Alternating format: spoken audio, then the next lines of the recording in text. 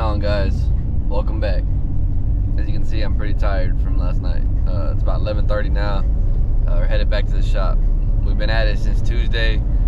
It is now Thursday. Yeah, it is now Thursday.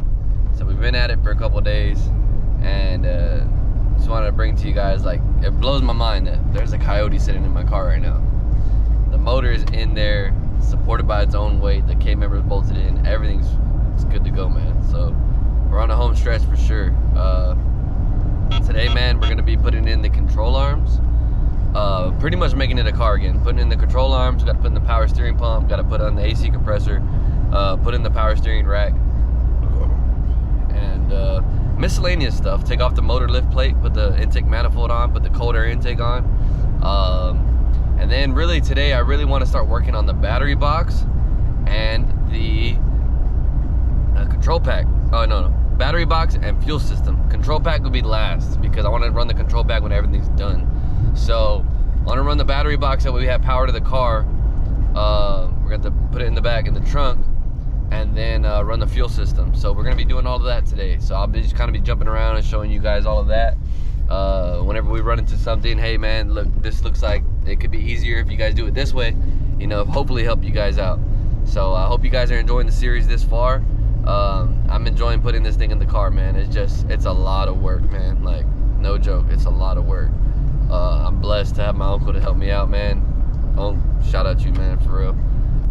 Me and him have going through a lot of work, and not to mention he put his shop on hold to help me out and do this. So we're not trying to rush it, but we're also not trying to just sit here and stare at the car all day long. You know, we're trying to get this thing done so business can operate as normal.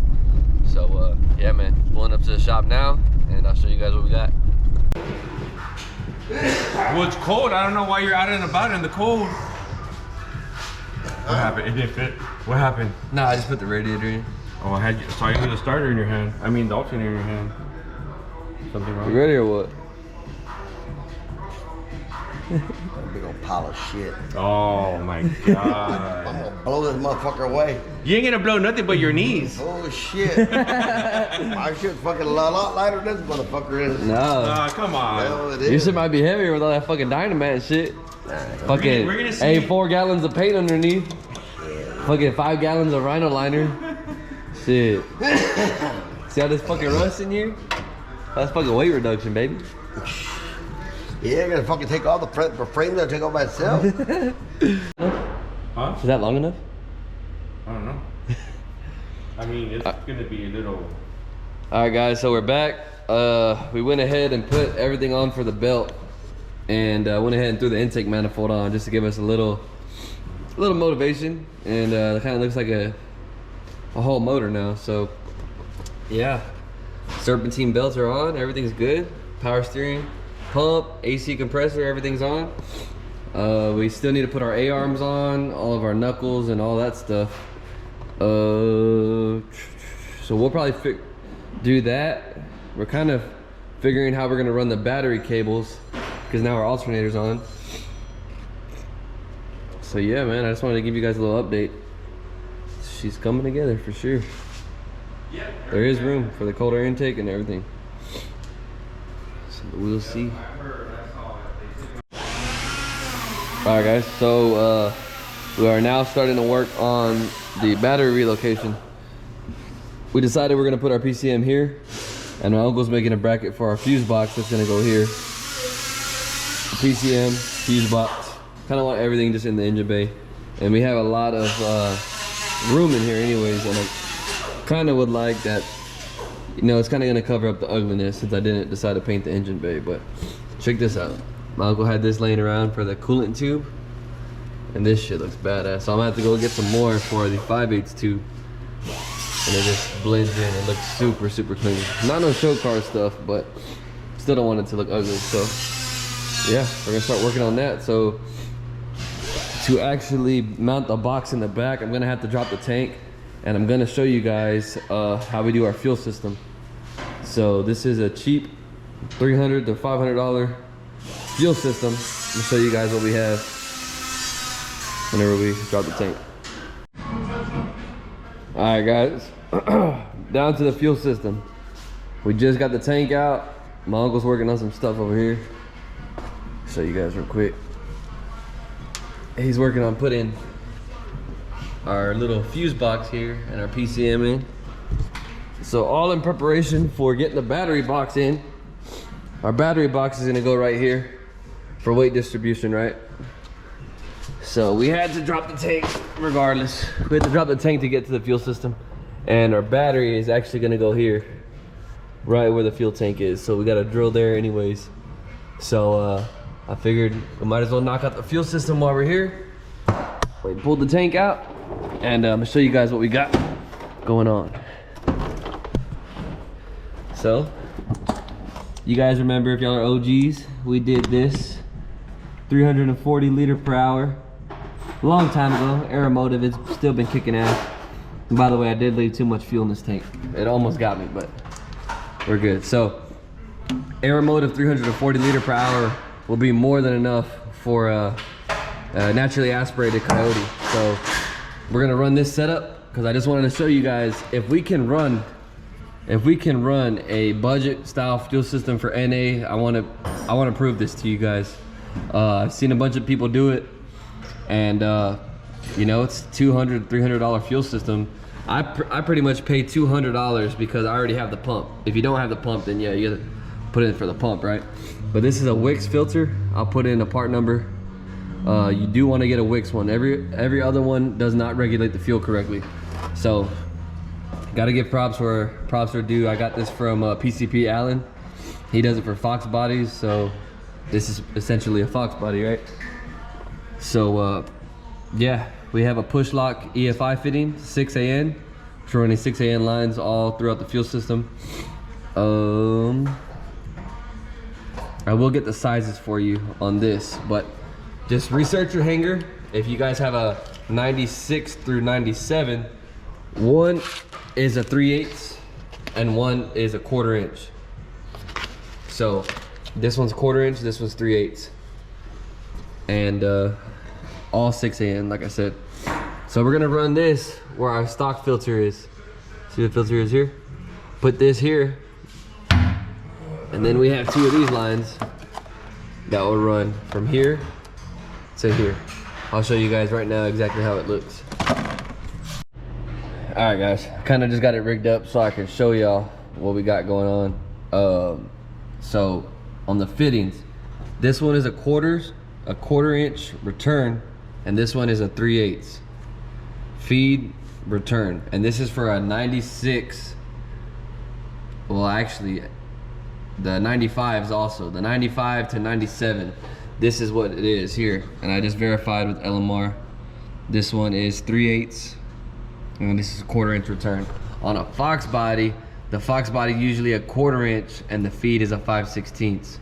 So just make sure you verify whichever pump you got. But if you have a 96 Mustang just like mine, I'm running a 1/4 inch and a 3/8 quick connect to a 6AN.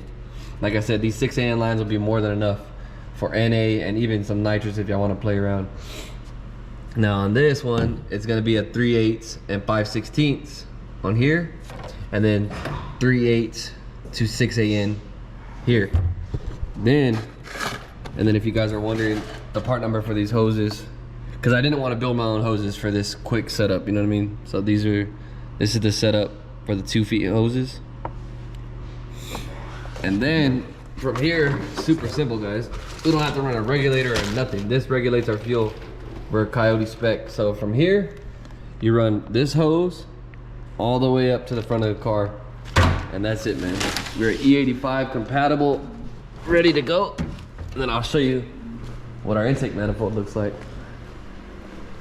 And this is our intake manifold. Same thing, 3/8 fitting here. And then I just have a swivel manifold here to be able to put my external fuel pressure gauge, and then 6AN. So that blue line will run under the car all the way up to here, and then our fuel system is complete, man.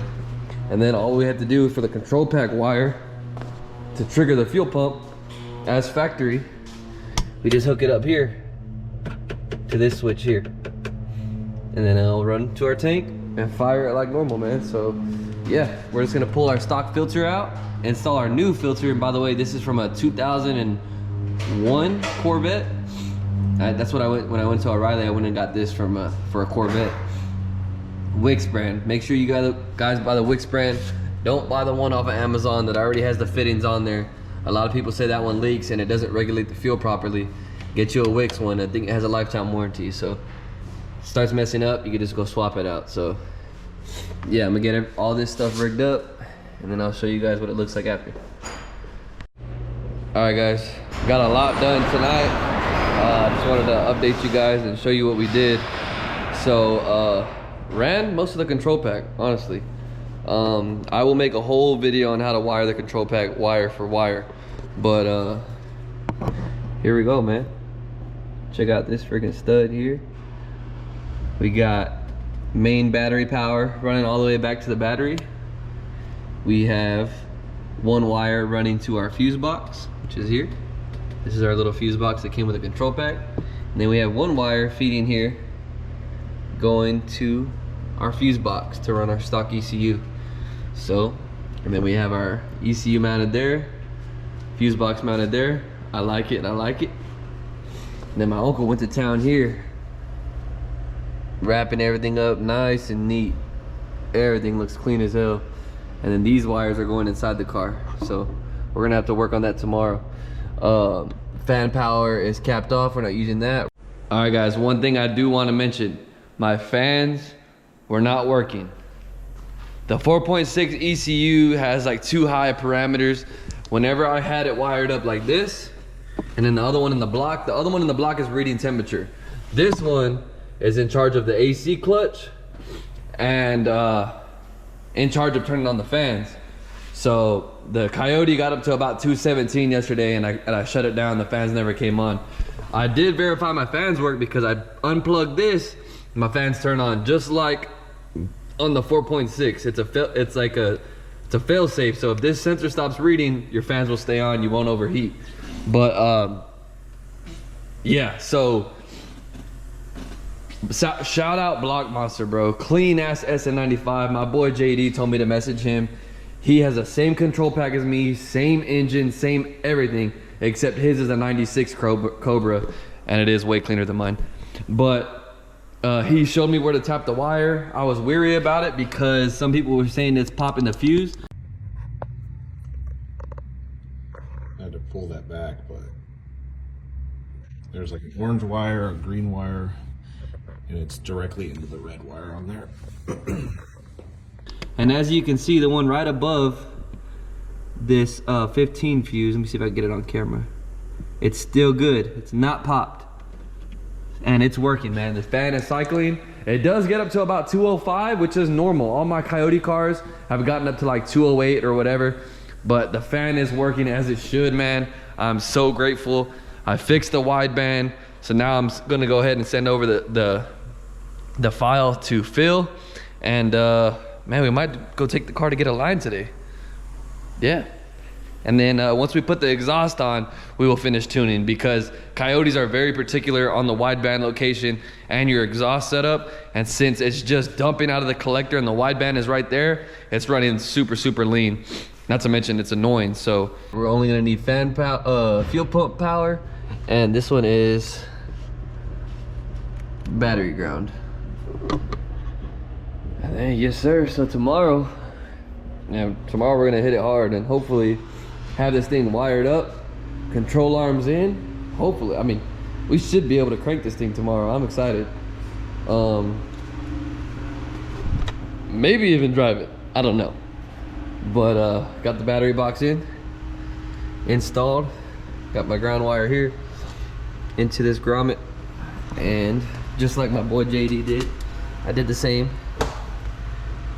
Grounded it here, then got the escape hose coming down here, just in case you wasn't wondering, right there. Still got gas tank out, so we'll put the tank in tomorrow. And then, oh, let me show you the fuel system. I put the thing in the back stock location, and these will run to our fuel pump, and then we will run the feed line tomorrow. So yeah, we got a lot to do tomorrow, but honestly, Not really that much. A day's worth of work. But yeah, I'm excited, man. It's coming together. The shop's a freaking mess, but it's coming together, man. It's coming together. So yeah, hope you guys enjoyed this episode. Tomorrow may be the first start. It may be. So we'll see you guys next week, man. Sunday, 5:30 Central Standard Time. Peace out, man.